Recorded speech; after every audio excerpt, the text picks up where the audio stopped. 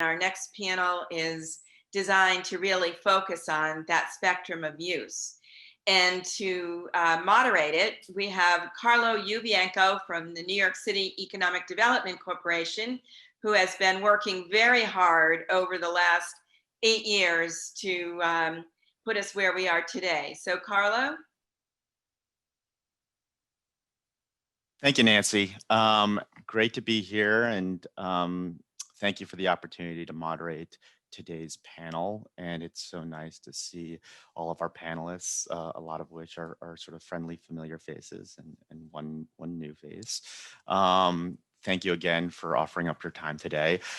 The topic of today's panel, this panel, is to focus around frontier technologies, or what the symposium is entitling frontier technologies. And I believe that there are a variety of different subverticals within what is classified as a frontier technology, stemming from, we have representation on the panel here today from the therapeutics industries, and specifically a subset that's very important to the therapies, which is drug delivery. We have representation from the tools market, including biological and hardware tools, as well as the diagnostic lab market, which is now in the times of this pandemic, unfortunately, is more relevant than ever. And in addition, a field that the symposium and the group behind the symposium has always been a staunch proponent of is the realm of synthetic biology, which also weaves its way into some of the other verticals that we're going to be discussing today. So the way I'd like to structure today's panel, we've got an hour with all of you, and we've got quite a large panel today. I was thinking that we have an opportunity for all of you to introduce yourselves, and we'll go in a particular order. I think that's shared beforehand. Then dive into some specific questions according to your verticals, just to give the audience here, a lot of which is coming from a variety of different backgrounds, not science, a little exposure and introduction, if you will, of what your industry does and how relevant it is to a successful and healthy life sciences cluster or ecosystem.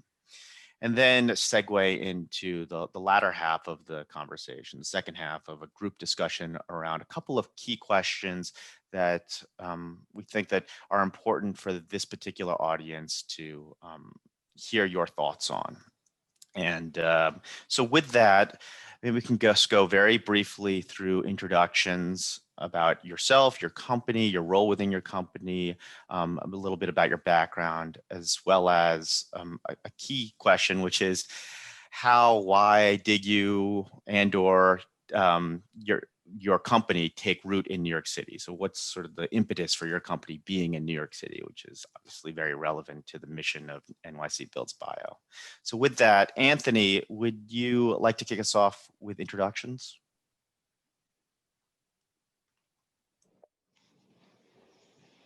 Thanks. It helps when I'm off mute. So thanks, Carlo. And thanks, Nancy, for the time. So yeah, I'm Anthony Johnson, the CEO and co-founder of Kodikaz Therapeutics. We are a non-viral oncology gene therapy company working on a very exciting new technology and new area of biology. We set up shop in New York City literally this year, actually. So we've been looking around for a place to kind of start the business. We licensed the technology from Emory University, and at the root of what we do is we have a technology called zip code technology that allows us to specifically hit cancer cells. And so that's, we're using it as a therapeutic, but it has implications and indications for diagnostics, being able to catch these zip codes in circulation, and then also things like in vivo imaging. And so we're located in Biolabs, located down on 180 Varick Street.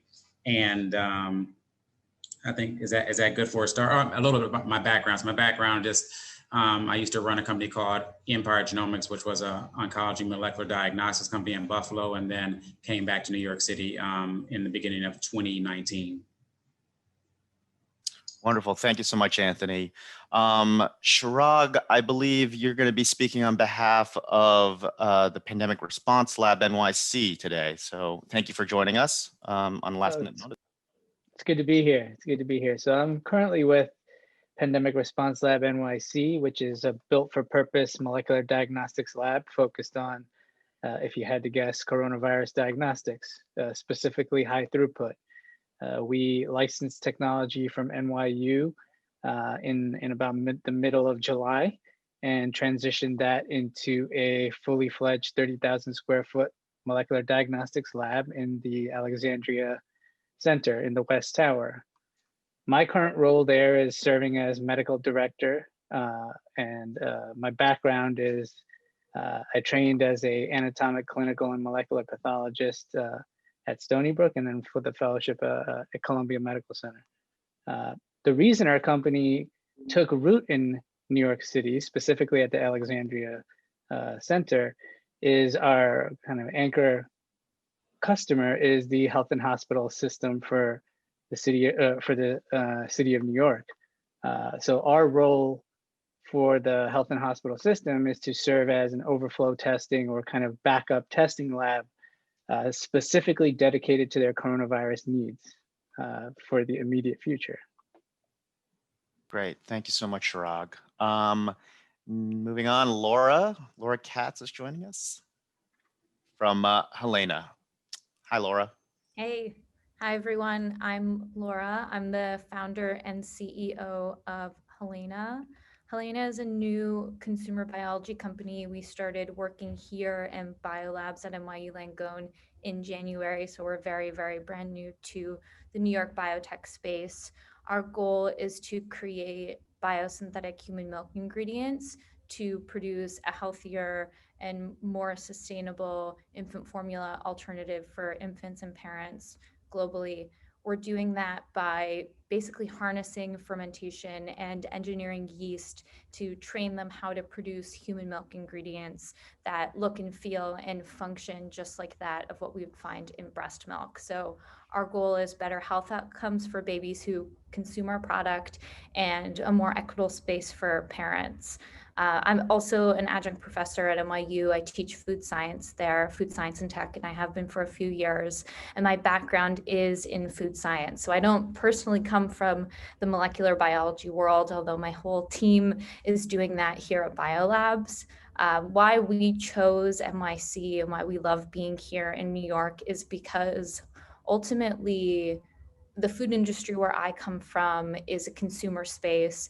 And I really think that the best brands are built in New York City, and we're ultimately going to be a consumer biology brand.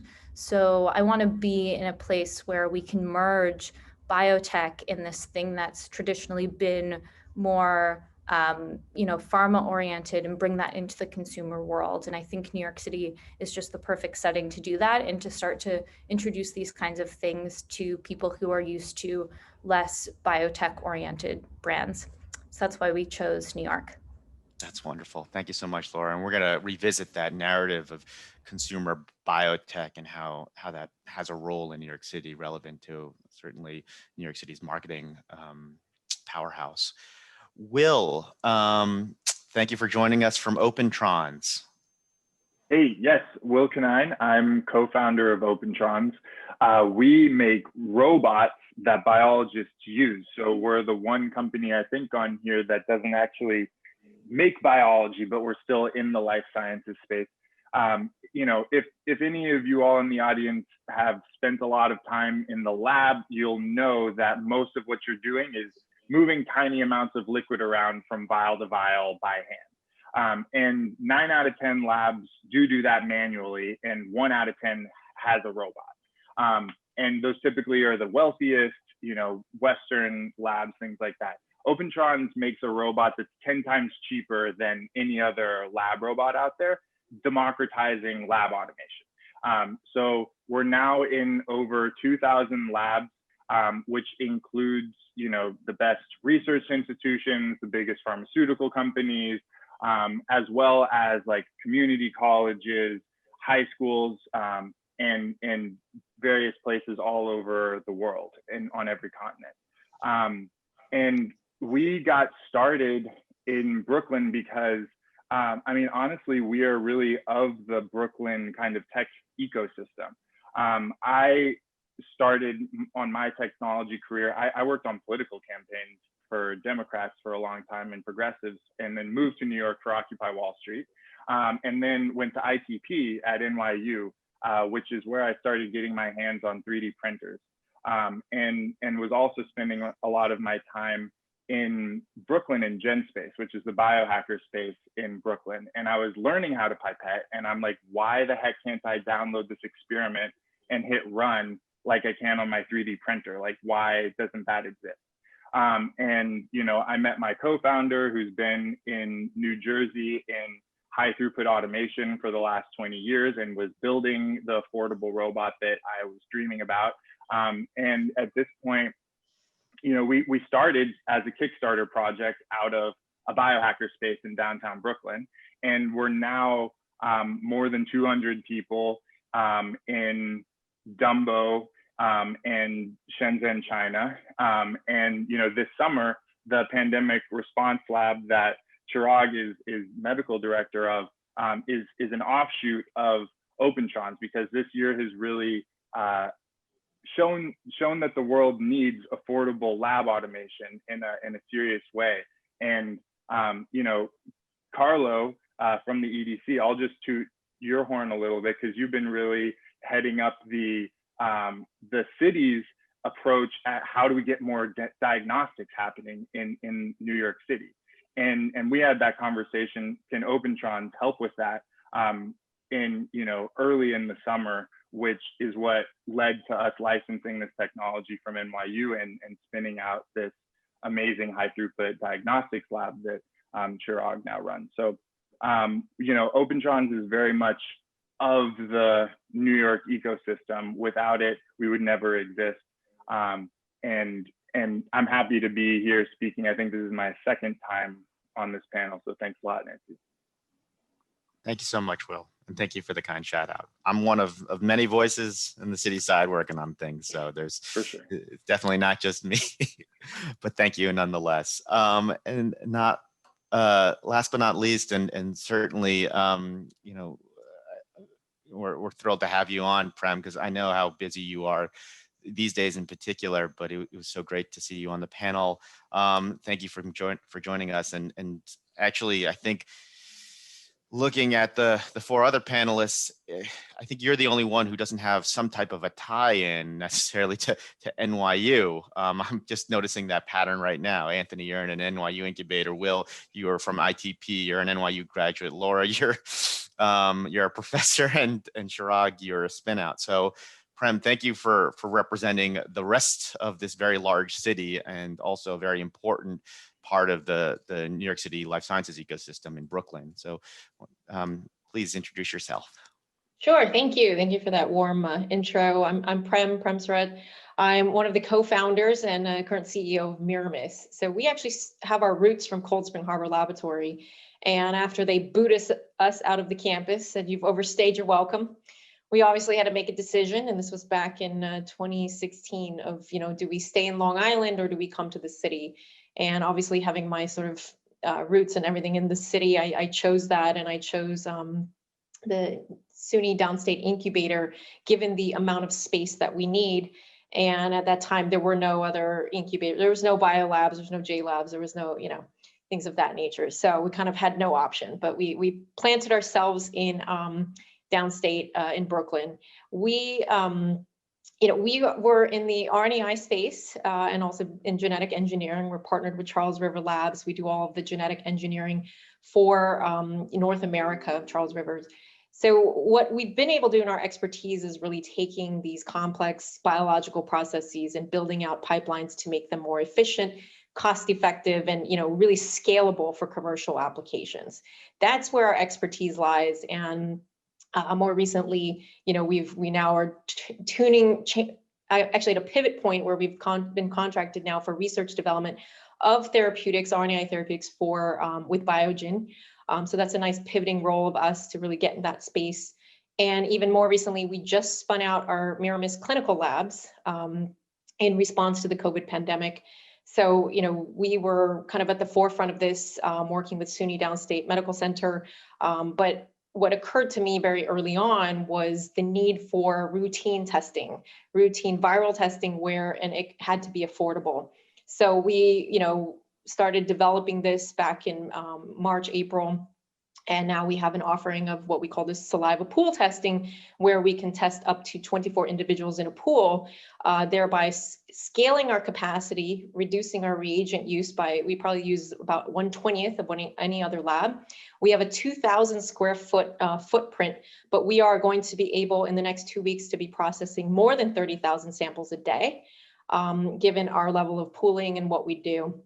We have more than 4 dozen schools on our roster. We have nursing homes. I think any type of business you can imagine, from movie studios to, the full, like US Olympic teams, NBA, we're partnered with a lot of different institutions to really help them get back up and running. And at this current moment in time, it's not even just schools, independent schools, it's school districts now. Entire school districts of Boston, of Connecticut have reached out to us to implement their getting, school back up and running program. So we have about 50,000 individuals currently on our waiting list that we're scaling and going to be implementing testing for them, rolling out in November on a soft ramp up. But we're capable of doing that now with our current pipeline. So it's been a wonderful, dramatic response. Space is clearly of an issue because while we have lab space, my people have no place to sit, in that small footprint, but we're proud of what we've been able to accomplish in the really short time period. Oh, that's remarkable. And I imagine that we can do a whole panel just on what you've been accomplishing in the last couple of months. So thank you for all that you're doing, Prem, and also you too, Shirag and Will, on the COVID-19 response across the city and in other jurisdictions. It's tremendous and really gives us pause to take a step back from all of this, of what we're doing, and really appreciate how our industry can make an impact. So I'd like to segue into more of a rapid fire round that will provide the audience with a bit of an amuse-bouche, if you will, of your industries, and then go into the group discussion. So with that, Anthony, maybe you could introduce for the audience a little bit about the drug delivery industry. What's that particular problem set that you and other companies like yourselves are really solving, and how big is that problem? And then also, how do you collaborate with obviously others in that drug development pipeline?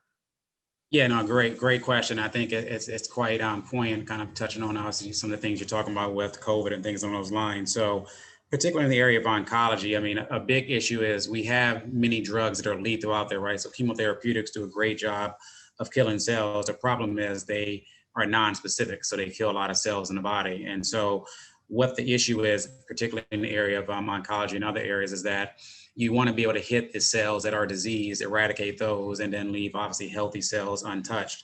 And so for our technology, the zip code technology, the beauty of it is that because it's a DNA-based system that we're using for delivery, we're able to, in essence, ligate a lot of different compounds. So you can think of things like RNAi, you can think of chemotherapeutics, you can think of antibodies that are honestly, we know that the safety treatment protocols of these various molecules, we know their toxicity, and if we can just actually have them hit specific cells, that's the holy grail, as it were. And so that's what we're doing, and that's one of the major issues. I mean, obviously CRISPR and Jennifer Doudna won the Nobel Prize this year, right? And we know the potential of genetic editing and gene editing in the CRISPR platform, but again, off-target effects are one of the major issues, right? So if we can be very specific in terms of only hitting cells that, for instance, have a p53 mutation, it changes the entire game in terms of disease profiles and ability to manage, for instance, cancer as a chronic disease, as opposed to, right, some of these acute ones that are out there. So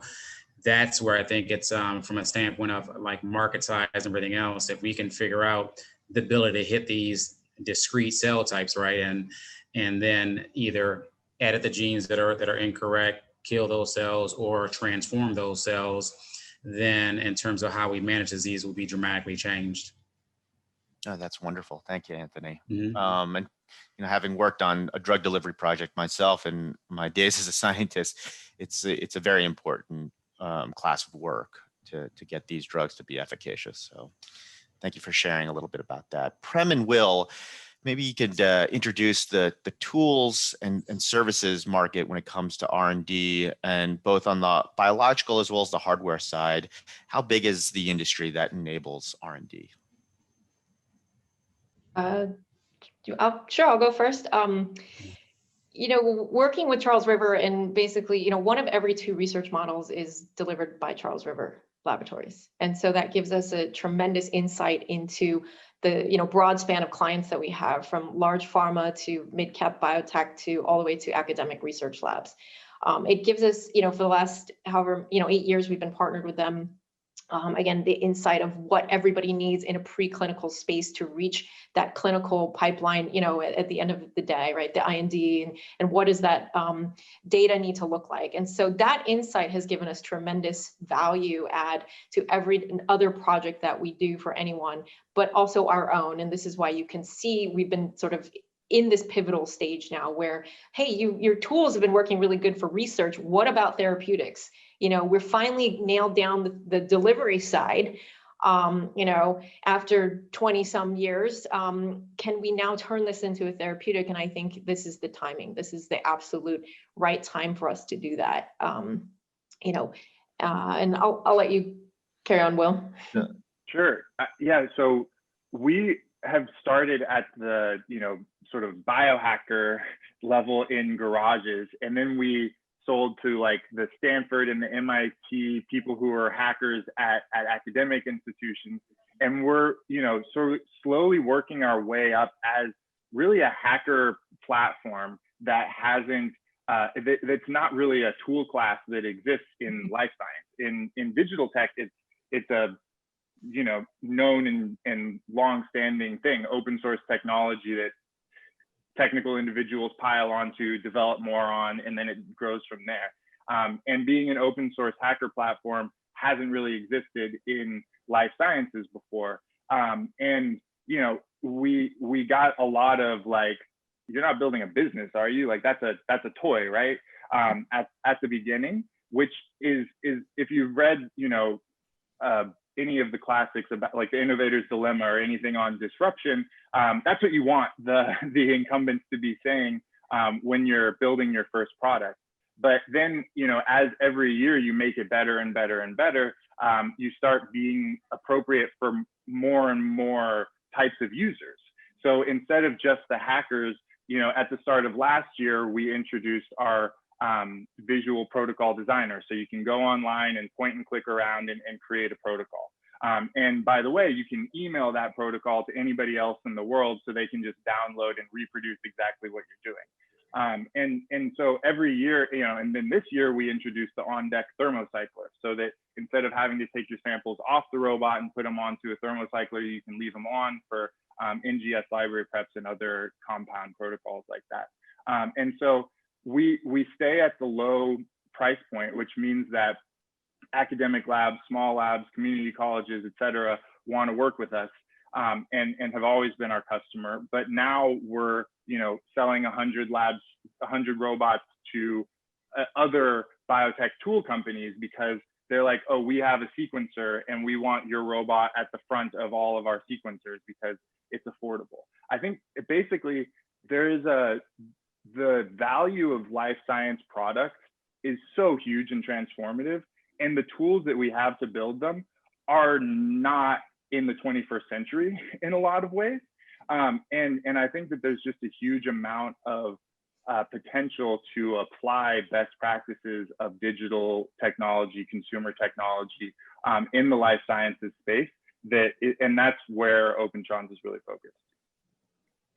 Oh, that's wonderful. Thank you, Will. That's a pretty compelling vision for a number of reasons, but one might think that, a lot of us have scientific backgrounds as panelists, and I wonder if the vision there for technologies and platforms like yourselves are to get to a point where the one-on-one, the sort of the rudimentary skills that one learns when they enter into a lab for the first time is not a basic pipetting skill, but actually programming an automation robot or picking up CRISPR kits and being able to apply them with great ease.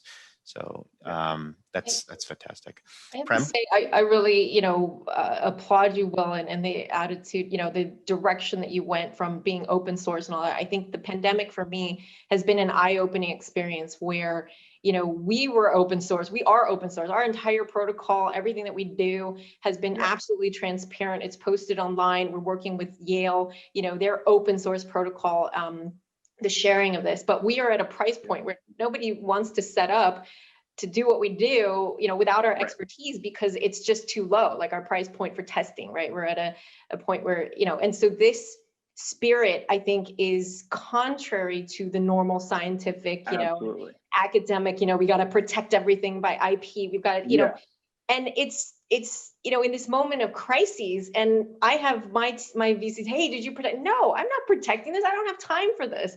I want to build a pipeline where everybody can get tested. That is the goal. That is the mission. We are out to do this. And without protection of, the pipeline, all of that, it is still like we are, so high in demand that I can't, there's no way I can test everybody in America. I've told them, I said, we have to share. We have to share, get everyone to reach our price point. And this is the only way this country will get back on track. And I think that this attitude of opening up our books and just being completely collaborative, has really helped, me reach a whole level. And it's definitely contrary to the scientific world, So I'm the current industry is very right. They're not going to be able to compete with companies that care about a low price point and open source, because their whole strategy is we're going to lock it down and charge as much as we possibly can. And then they can't move fast enough. That's the problem. Yeah. So while we're on the topic, I'm going to change the order a little bit here. Laura, I'm going to have you anchor us here, but Chirag, I'm going to insert you into the conversation because it seems like we're sort of segueing naturally into the discussion of diagnostic laboratories. Do you have any thoughts to share on the business model and the manner of conducting business with respect to COVID diagnostic testing? Sure, yeah, I think just piggybacking off of Prem and Will, they're absolutely right in that kind of the traditional way that diagnostic labs have been built, at least reference diagnostic labs, is a send-out model where hospitals and health systems send to these large kind of centrally located or not necessarily centrally located labs that then take 3, 5, 7, 9 days or longer to perform esoteric tests or generally tests that many hospitals and health systems don't necessarily perform on a daily basis. This entire model was kind of upended by coronavirus, in which case the community essentially required that testing be broadly available to anyone who needed it, and not just broadly available, but with test results returned within a reasonable time frame. And for our lab, the pandemic response lab, kind of one of the core deliverables that we strive to achieve is a turnaround time of less than 24 hours. So we get a sample and then we return the result within 24 hours, where the data that we provide back is actionable to ordering physicians, it's actionable to patients, it's actionable to public health officials who can then do contact tracing to prevent further spread of the virus itself. So I think kind of over the past couple of months, a lot of what I would call traditional diagnostic labs, their business model, I think, is now changing. And what I'm hoping for is kind of this more broad sense, open source, locally located laboratories, which perform testing and deliver back results within a reasonable time frame, or within a time frame where the results are actionable and meaningful.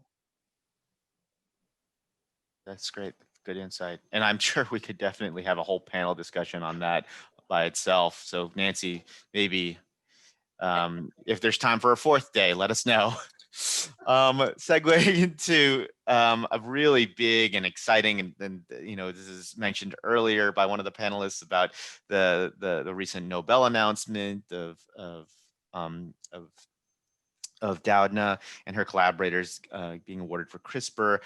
Laura, can you speak to us about how biotech solutions really come to address consumer problems, and speak to that notion, that very important notion to synthetic biology impacting the world?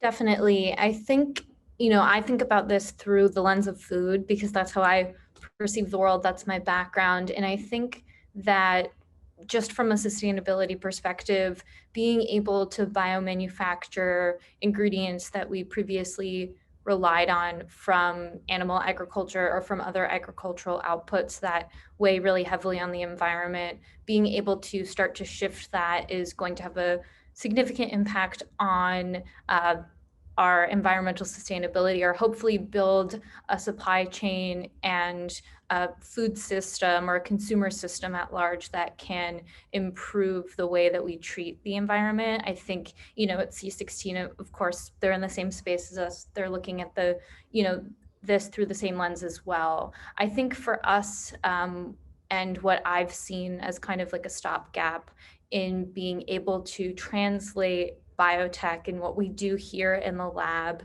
and what a lot of people are working on in their labs is how do we actually commercialize that and how do we bring that to consumers at a cost that makes sense, with a supply chain that makes sense, and just in an equitable way. And that's something that I think is going to continue to be a challenge and a struggle for people who do work in consumer biology and want to be able to bring these types of solutions to consumers. Impossible Foods is our best example because they've been able to do it. And they have their soy-like hemoglobin that they manufacture using yeast, similar type of system to what we're doing, but those manufacturers are few and far between. And when we think about scaling this technology up, it takes a lot of skill and it takes a lot of bandwidth from a capital perspective to be able to play enough around with your fermentation and really see that at scale to get it to a cost that makes sense for consumers. And so when we think about the landscape, I think that that's going to be and continues to be a big challenge for companies like us. We know that it is a big challenge for the cell-based meat companies, although they face a whole other set of regulatory concerns. But I do think that the space is starting to change, and we're going to be able to start to see more companies that are popping up to help us with biomanufacturing. We've spoken to a few. A lot of them are in Europe, though, right now. So I'm hoping that in the US, we'll see more of this landscape pop up so that all of these companies that are working so hard on their R&D can make this whole product fruitful and introduce consumers to products that are ultimately more sustainable. That's great. Thank you, Laura. And you mentioned a little bit about manufacturing there. I want to come back to that in a bit during the group discussion. But, it's interesting to point out that you and Will are of a pool of founding talent that is not typical of, I'd say, the what life sciences and the therapeutics market, life sciences is typically known for, right? You're not physicians, you're not clinical researchers, right? Will, you graduate from ITP. For those of our audience who are not familiar, NYU's Interactive Telecommunications Program, or ITP, is world renowned for interactive digital technology. And Laura, as a food scientist, I'm curious, Laura, as a quick follow-up, what other types of founding talent should folks be considerate of when thinking of consumer technologies, consumer biotech solutions? So that's a great question. And definitely, as we were raising our last round of funding, I got this a lot of, you're not going to be in there in the lab. We want to invest in a technical founder. And I think that there's a lot of other attributes that are really important of founders. For me personally, and something that I think you can't really put onto somebody, is the passion for the problem that you're trying to solve. If you're somebody who can be at least somewhat scientifically literate, which I like to think of myself as, I think that there's a lot of learning you can do and great people you can surround yourself by.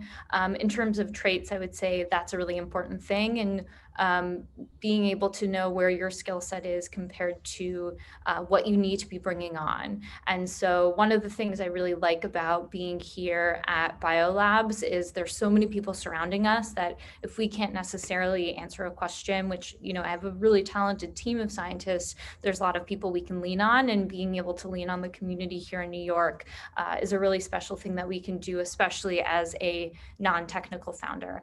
So those are the things that have been helpful for me that I would think about for founders. Thank you for entertaining that sort of last minute insertion of a question, Laura. Absolutely. Okay, so with the time that we have left, I want to save time for obviously Q&A, but also a couple of group discussion questions. First of which is how one decides on NYC. And some of you already covered it in your intros, so thank you for that. Maybe just if you would like to echo that, that's fine. But then maybe you can tell us, as you are all growing companies, what is top of mind as you plan the physical growth of your company in New York City? And so let me know if there are no volunteers. Any volunteers? Yeah, I'll chime. All right. Okay, Prem. Yes. I saw you raise your hands. Yeah, we are in this absolute, need for space bursting at the seams, but I have to say my love for New York has always been here. It's been, 2 decades, a little bit longer, and so building this out in New York has been phenomenal. The pandemic has definitely changed my view, as I think it would have changed a lot of people, and the closeness, things being closed, the city's not offering what it really, is here for, the culture, the shows, all this, so it's really putting a damp to, what we do here. And so looking at, do we still want to continue to be here as a lot of companies start to escape? I think it's really going to be critical of how this community, how the government, how the leadership really responds to this in the next few months. If you can't get the city schools, back up and running, if you can't get people's lives back in shape, I think this city, unfortunately, is going to be doomed. Sorry for the, but to me, it's the reality of, why we're doing what we're doing. We're trying to have a testing protocol so that people can, get back up and running. We can put that bush fire out before it becomes a forest fire. We can create these, testing bubbles and really get action back. But without true leadership in the city to really initiate a lot of this mass testing across, I'm afraid of what's to come in the next few months, the next year, because the longer that schools stay closed, the more people leave, and it's going to be really hard to get them back. And that is my biggest fear right now. I'm looking for, as we expand, do I stay here? Because we've been pulled, I don't know if you know, we have a partnership with the Wynn Resorts. We are building a lab in the casino. Yes, it's true. And Boston, and, it's on and on and on. And it becomes a point of, the things you can do outside the city, right? I can't even believe how fast we put this lab up in the Wynn Resorts. And I'm starting to see how many things we can do outside the city. And I'm hoping that the city can, rise to the occasion. Once again, it's always been a fantastic place 2 decades here, but how we respond over the next couple of months and what we do with our school system and things of that nature, I think are really going to play a role in what's to come in this space and whether people continue to look for it or they start to look elsewhere. No, that's good. So, Anthony?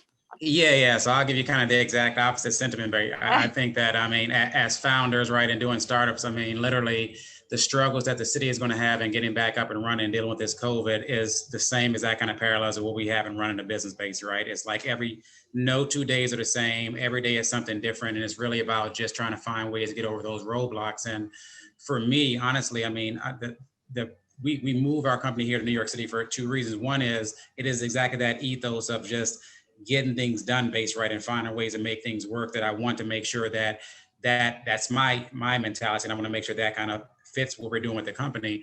The other thing is, the sheer opportunity in terms of growth, right? So we looked at San Francisco, we looked at Boston. When you're looking at early stage kind of incubator space, we have a lot here, right, with J Labs and Biolabs and the Alexandria Center base, right? And they're great places with great companies around that are very diverse. And so that was a a point of advantage for us. The other one was obviously we got up in startup New York. And so the tax benefits of that definitely help us in terms of recruiting people. And so we have scientists we brought up from Virginia, for instance, obviously a very cheap place to live, but moved here to join our company. We have our head of R&D coming from Boston that's going to move here. And so that was an important part in terms of recruitment. And then you look at just the resource here. So what you can't replicate, and it works probably for Prem and Diagnostic, but in a therapeutic aspect, in terms of clinical trials and access to talent, I mean, we have a bioinformatician from Columbia. We just hired a scientist from Rockefeller, interviewing another one from Sinai. And so I think that the talent pool here is something you can't replicate, right? And the schools aren't going to move. And so I think that the long term, we're bullish. And then we looked at where can you scale, and everyone's talking about scale here. And you heard kind of from this conference alone, there's probably nothing short of 9 or 10 different major developments taking place where we can move as we look to set up manufacturing and longer term operations. So to me, I think New York City had all the attributes of where you want to be if you're right now, you're an early stage biotech looking for a way to grow and to get some differentiation from those other major metropolitan areas. You're on mute, Carlo. Thank you very much, Prem. That's great. Thank you for sharing that. I'm gonna change it up a little bit and pivot to something that you mentioned, Anthony, and emphasize is talent, right? And Will and Chirag, you guys just underwent sort of a big talent recruitment push. Could you speak a little bit about that, of what it was like to have to sort of accelerate and staff up as quickly as you did, and what was that scale? Yeah, I'll let Chirag talk to the details of going from 0 to 200 lab technicians in 2 months. But just to give a little bit more context on Opentrons and talent, our talent pool only exists in Brooklyn. Our entire hardware engineering team used to work at MakerBot, which is the first consumer 3D printer company. And so they had built an affordable 3-axis robot before. It just made little plastic things instead of pipetting things, right? And so we were able to basically whole bore move them a few blocks and create this robot with this talent pool that was readily available because of the Brooklyn technology ecosystem. So I think that every type of talent is in New York, but there are also some types of talent that you only find in New York. And I just wanted to make that point. And Chirag, would love to hear you detail the huge ramp that we've gone through at PRL. Yeah, I mean, I think one of the key factors in the success of scaling this lab up so quickly is actually the location. New York City has probably the largest number of academic medical centers in the United States in a single small geographic area, and each one of those hospitals is generally highly regarded. And so their training programs, their diagnostic laboratories, their clinical services, all are places where they have skilled individuals that, for us as a new lab, it is a great place to go and recruit, and an easy place to go and recruit, because we don't necessarily have to ask people to relocate. We can just ask them to come to a different location within the city to help us, build our own lab up quickly. So I thought the location itself is great. Obviously, the academic medical centers are great, and then kind of the mission that we have in terms of providing the diagnostic service across the city, specifically for the HHC, and potentially expanding to other hospital systems depending on the need. I think that shared vision really was able to attract a number of people in very quickly and help us, successfully start testing. Great, thank you for sharing that, Chirag. And I'm sure a lot of folks from our audience will be wondering and following up with you in terms of what is the complete story behind PRL. So, Laura, I want to start with you in terms of the next group discussion, which is a focus on a wish list of the types of space for frontier technology companies. A panelist from the prior panel mentioned manufacturing as sort of a wish list, and maybe certainly with respect to consumer biotech, there is a path to market that's a lot sooner and more accelerated than a traditional sort of 10-year timeline for developing a therapeutic, right? So I was wondering, could you speak to what your wish list is for more near-term space, but also as you grow your company in New York City, if there is sort of a tie into manufacturing? Yeah, definitely. So this is great timing because right after this, I'm going to tour a couple spaces that we're hopefully going to grow into. So we've got a big wish list at my company. And I think for us, it's really, in lab, there's a couple things that we're looking for. One of them is being able to merge a more traditional food science lab with a molecular biology lab and have the tools for both kinds of things in one place. That doesn't really exist right now. And one of the reasons why we're going to have to, of course, we're eventually going to move out of biolabs because we're quickly going to outgrow it, and we already are, but we can't make stuff in this lab and eat it. And ultimately, we're making something that we're going to be eating. So, that's a big consideration for us and something where we're looking for a little bit more of a customized space. I'd say the other thing for us that I'm sure is something that's really top of mind for a lot of people in the consumer biology space is GMP pilot plants. We've tapped into probably all that exists in this country and beyond. I'm actually Canadian, so we've looked into Canada as well, and having that GMP certification in a pilot plant or, in something small enough at scale that we can kind of send our tech to for proof of concept in a larger format has to be GMP for FDA. If we want to send anything to the FDA, we need to make sure that these facilities are GMP, and there really isn't very much in the New York area. I believe AMRI offers a GMP service, and there's a couple academic institutions, but having something closer to the city would be so helpful for us. And right now we're sending product we're sending our strains over to Berkeley, to a lab over there who has GMP facility, and we wish that we didn't have to do that. So I'd say those are the wish list items for us. Great, thank you.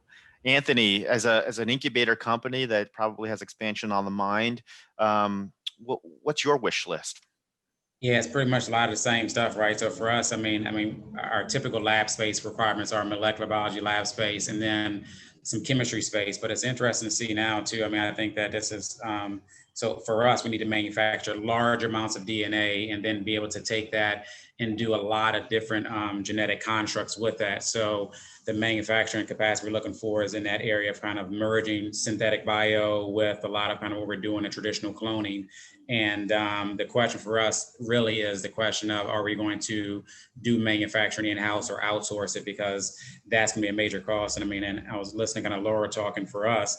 I mean, for a $25 million round, a full quarter of that is going to be used for manufacturing, right? So it's amazing now how much dynamics is changing from just a traditional R&D, right? And actually understanding kind of underlying biology and things like that to actually the scale is a major component of biotech nowadays. And so from that standpoint, I think when we look at our space requirements, it really is 80% of that is traditional kind of molecular biology and chemistry and then regular office space, but the rest of it is going to be all built out for manufacturing. And the question is going to be how much of that we do either in the same location or do we actually outsource manufacturing somewhere else because it's more cost effective. And it doesn't have to be housed directly where we're actually creating all of the zip codes and all the different ligations for the product concepts. That's helpful. So I've heard sort of the narrative that manufacturing is better suited for other jurisdictions, but I've also heard a pretty strong case for there being a home for manufacturing, biomanufacturing in Brooklyn and that level of scale up. So with that, Will and Prem, as entrepreneurs that are committed to the borough of Brooklyn, there are certainly a lot of real estate assets, industrial real estate assets, including BioBat and BAT at large, Industry City, the Brooklyn Navy Yard, and of course the SUNY Downstate Biotech Incubator. What's left in the landscape of Brooklyn in terms of the facilities that you guys need to scale your companies? You know, I would say the facilities are there now. That's great. What really strikes me again is you map it out and you're like, oh, this is 2 miles, but it takes me 45 minutes to an hour to go 2 miles. You know, I think like this to me is just the most perplexing thing. You've got, you know, my commute from going down Nostrand Avenue, and you get one lane, a bus lane that is mapped out for the whole day and empty. And then you got this you know, these people park, you know, the inability to move quickly in a borough is actually the most inhibitory part of commercial activity, quite frankly. And I think it's a simple solution of cleaning up the streets of where you can park, where you cannot, how the flow of traffic can move, you know, like down a street to facilitate commerce. Because if I could move from Downstate Incubator to Biobat in the time that it should take to go 2 or 3 miles, you know, maybe double that a little, you know, because it's New York City, I get it. But these things, you know, aside from the space, but the convenience of getting there, of the access to it, these types of things of, you know, making synchronized lights like we have in Manhattan. You know, I'm praying for the day of synchronized lights in Brooklyn to help the flow. You know, what was that song they used to say going east to west was horrible, but you can go uptown, downtown, right? These are the things that I think, you know, the space is now there, right? You have the Biobat, you have space, you know, but it's the logistical nightmare of, wait, if I have 2 spaces and I've got 2 teams and we got to go back and forth, or we have this or that, you know, or how does my team get here?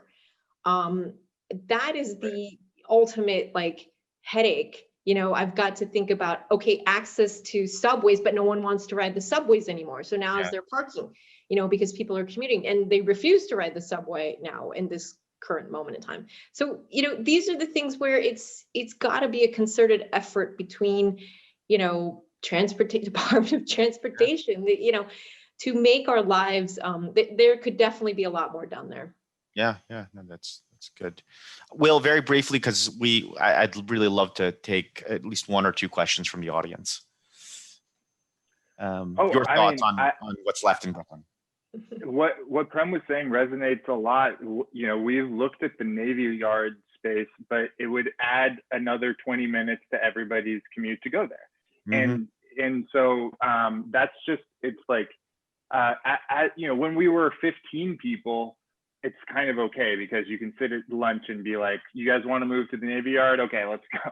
But now that we're 150 people, you know, you can't just tell everybody that their commute just got longer. So I think it's really good point that there are a lot of great discrete real estate resources in Brooklyn, most of them underutilized, probably because it's so hard to get to them. I think that that's really a good point. Good. All right, so for our Brooklyn influencers and stakeholders on the call, take that home with you. And with that, I'm going to entertain one of the questions that's coming up on the chat, which is, to what extent are you able to work from home in a laboratory? And personally, I think back to my grad school days when, you know, you would often go back to the lab at sometimes odd hours of the night to just check on an experiment. To what extent is that actually happening now? Anthony, why don't you kick us off? Yeah, so I mean, you can't work from home, but definitely the lab lends itself to off commute hours, basically, right? So we definitely have people coming in. Typically, our day here starts around 10 o'clock, and then they'll leave at 6 or 7, as opposed to normally they would come in like 7 or 8, and so that reduces a little bit of the commute and obviously exposure to other people. For our people that are doing computational biology, right, they're all work from home, remote anyhow, so that actually works out very well. But yeah, I don't see, unfortunately, a situation whereby as things start becoming more close to normal, where people are commuting, coming back and forth into the office. And even here right now in biolabs, we're seeing more and more people come in, right? And both new companies and like we're hiring. I'm sure Laura's nodding her head, she's hiring as well. And so you're definitely seeing, and we opened our lab back up in the middle of July, and it was, I would say it seemed like maybe 25% capacity here. And now within that short period of time, you're seeing a lot more people back here, and the lab is being fully utilized. And so to that extent, I don't think the lab lends itself well to working from home, but it does lend itself to having flexible shifts and flexible schedules. That's great. Laura, do you have anything to add there? I was going to say similar. I mean, for us, we're right now hiring people, and we can't do this work at home. And you know, for us, the other part of what we're considering is we're on our own timeline, but we're also on our investors' timeline. So anytime we say or we cut down lab work, it affects our timeline and our go-to-market, which is really tough for us, especially as a young company, as a newly funded company, and I would say a company that's going into the consumer space where a lot of the competitors can, you know, get stuff done competitively at a timeline compared to us. So it's just really impossible for us to work from home at this point. And we're seeing it's the same thing for everybody here at Biolabs. It's full here every single day. Like you can't even get a conference room. Yeah. So it's pretty busy. But you know, Carlo, so an interesting point I'll interject and taking kind of what Will and Prem were saying about this maker community, right? So we are demoing a new flow cytometer, and interestingly enough, they actually have it set up now in the home of the tech support group. So it may be possible in the future actually to set up a incubator, a flow cytometer, and do it all from home, but we're not there yet. Oh my gosh, a garage band biotech. Exactly.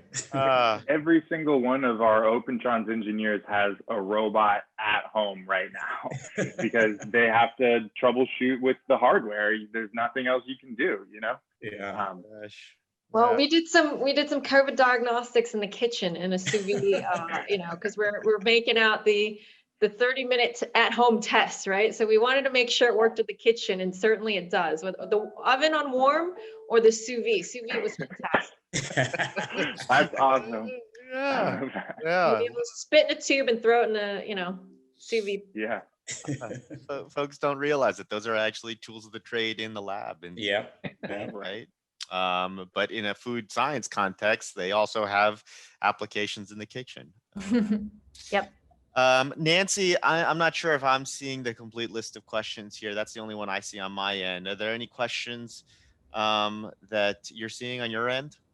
No, just a comment from Loretta, who is with the Empire State Development, and she's saying there are manufacturing opportunities on Long Island and throughout New York State. Obviously, don't know, you know, for startups that need proximity to where their manufacturing facilities are, if that would work. But I'm not seeing any other questions. So if there is anyone that has a question, speak now or forever hold your peace. I mean, I just, oh, is there a question? Or I'd love to just say a little more about the manufacturing sort of arc of a startup. Sure. Please. Because I think that there is huge manufacturing and then there's small manufacturing. And so we make a robot, right? And all of our supply, we make it in Shenzhen, China. And Shenzhen has been able to create our first robot for the same price as our 10,000th robot, and everything in between. And the key is not just, you know, is there a facility that can, you know, run a manufacturing line through it? You need to have a whole ecosystem of smaller facilities that you can go and prototype in, and the talent of people who can scale up your operation from small to large. And so as we're thinking about, you know, manufacturing in New York, and in particular biomanufacturing, because I think that New York has a very unique advantage in terms of talent pool, and sort of extra services in terms of consumer biotech, right? But we are missing the scale up capacity. And so that's not just the let me make 100 million tons, that's also the let me make 10 liters iteratively over and over again, and learn from that very quickly and efficiently. And so I think, you know, we have to think very holistically about this problem. And it starts with real estate, because if you don't have space, you can't do it. But the ecosystem has to grow beyond that. That's a great thought. Thank you for sharing that, Will, because it's a very important, substantial nuance to manufacturing. Carlo, I've been talking to you about this for 5 years. That's true. That's true. And Only hearing it from other people. you're preaching to the choir on my end. I mean, certainly what Laura was saying also earlier on GMP manufacturing facilities. That's something that we've been devoting a lot of attention to through the Life Sci NYC initiative, and hoping to be able to share more on that soon. But the idea there is that there are certain specialized facilities and certain classes of space and uses of space that we need to be considerate of. And certainly Prem, in our time as fellow board members of BioBat, that arc, that narrative of biomanufacturing, something that we've examined a couple of times with Eva and Kathleen and folks there. So we're not finished by any means, Nancy. That's for sure. I know. We're all just getting started. That's the truth. Yeah. And Carl, I guess it's one last one before you jump off too, or we jump off. What about so I mean, what you do see in other cities like Boston, obviously, and San Francisco are kind of, they address some of these commute issues, right? Whether it be through shuttle bus or things on those lines. Any plans? I mean, I'm looking at where all these major buildings are going to be set up. They're all around the city. Any plans for commuting options? Well, I think that's something that, is you're right to point out. Something that's something that we have a dialogue with developers that we work with and partner with as a consideration, because transportation, we understand that it's not a complete and sort of ready to go package, right? It often needs to catch up with how industries grow so fast, especially this one. So shuttle buses and shuttle transportation is certainly sort of an interim solution as the clusters get started. So to answer your question, yes, that we do have those discussions with developers, and we coordinate and have a dialogue with them. Any other questions? Mitch, I see that you've joined. Do you have any questions for our panelists in the last minute or so? I did, and you answered it, so. Oh, okay. Wonderful. All right, with that, thank you again for all of you joining. It was a big panel, so thank you for being efficient with your words. And thanks for, again, Mitch, Nancy, and all the planners for the opportunity for all of us to join. And thank all of you for your time, and well done. Yeah, just terrific discussion. And just, from 3 years ago when we started our first symposium to hear how far all of you have come in that time, I think is really encouraging, and just really looking forward to further growth in the years ahead. And stay with us, keep coming, and we're wanting to see you grow. Thank you all. Thank you very much. Thanks, Take care, everyone. Thank you.